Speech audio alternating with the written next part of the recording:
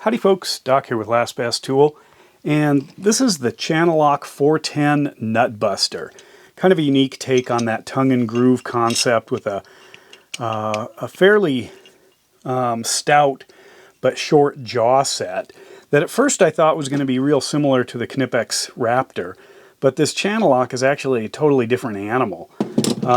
Now, we all know and love the traditional Channellock tongue and groove design, so much so that Channellock is almost the Kleenex of this style of plier.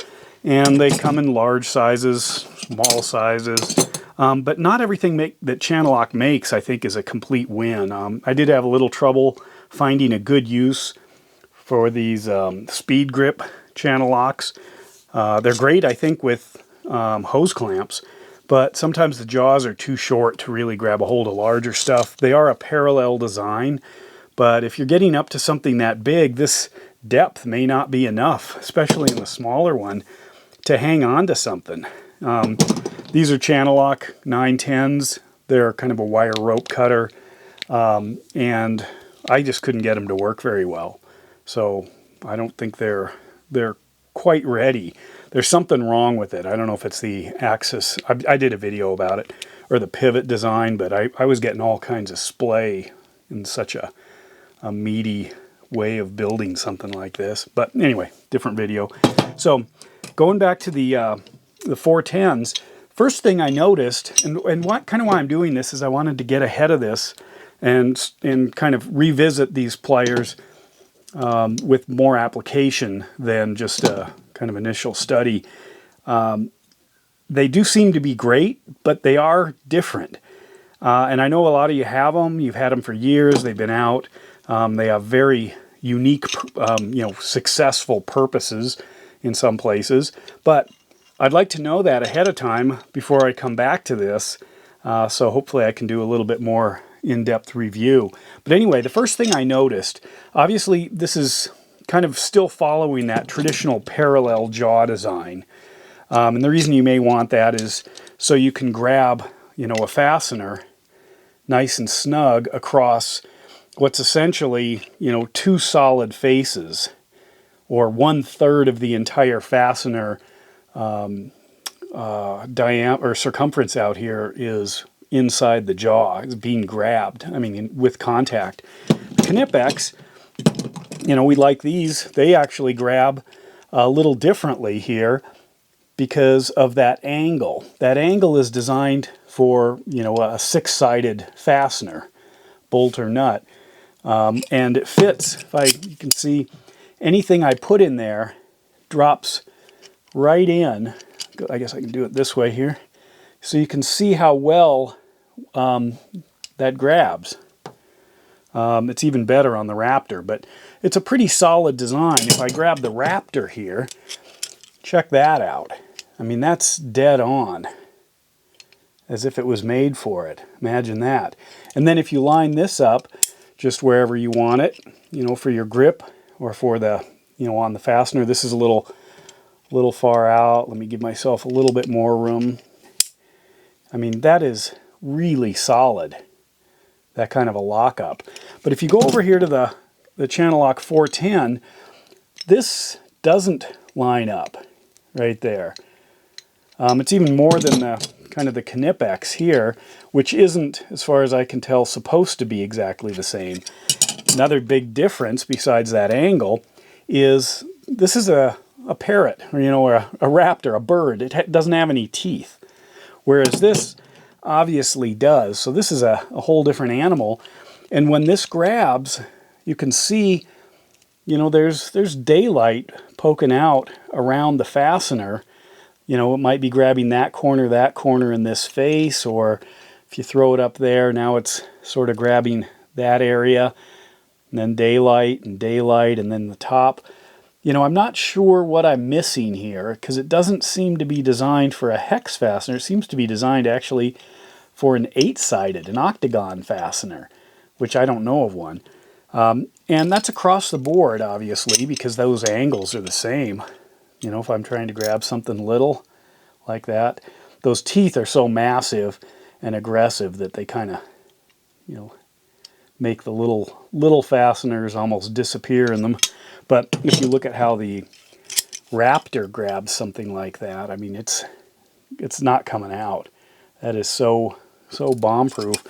You know, the standard hex dropped into parallel jaws again. You just size those up both for your grip here and for the grip on the fastener. Something nice and efficient. But you're never going to get more than those two parallel sides. Anyway, so I'm wondering what's up with that. It does also, let me show you with the Raptor first. The Raptor, if it's sized right for the fastener, right here, I can drop that on. Let me go one more in, just to give myself a little room there. So I can turn this, and then that little bit of release allows that to roll quickly, almost a ratcheting mechanism. I guess it'd be a 6-tooth ratchet. If I do that with this, you know, it's also got those teeth. You know, it's hard to find, well, where was that seating position again?